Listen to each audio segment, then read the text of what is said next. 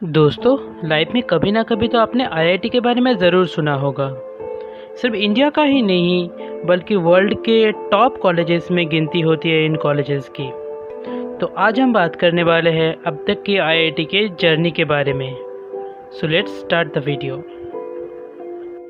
इस सब का शुरुआत हुआ था इंडिपेंडेंस के भी पहले, जब सर आरदेसी दलाल ने council of scientific and industrial research create करने की सुझाव दी। उनको अंदाज़ा हो चुका था कि आने वाले दिनों में टेक्नोलॉजी का क्या इम्पोर्टेंस है। काबिल एम्प्लॉयज़ बनाने की इसी ड्रीम को ही आईआईटी फाउंडेशन का फर्स्ट स्टेप माना जाता है और वर्षों से आईआईटी इसी काम को करने में जुटे हुए हैं।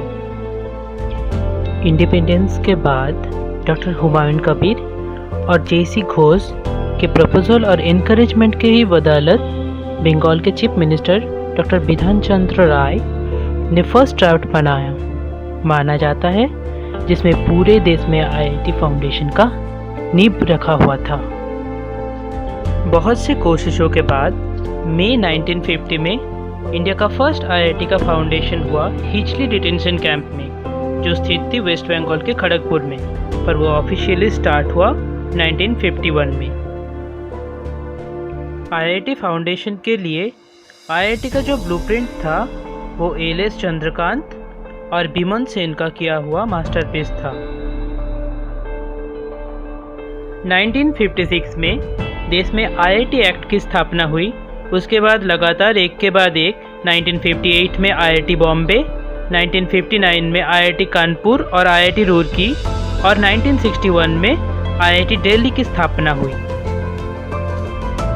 आज तक देश में 23 आईआईटीज़ की स्थापना हो चुकी है और वो अपने ही एक्सीलेंस के वजह से वर्ल्ड वाइड में मशहूर है।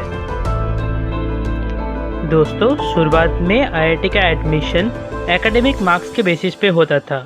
फिर 1961 में आईआईटी ने अपने एडमिशन के लिए पहला एग्ज़ाम कंडक्ट करवाया।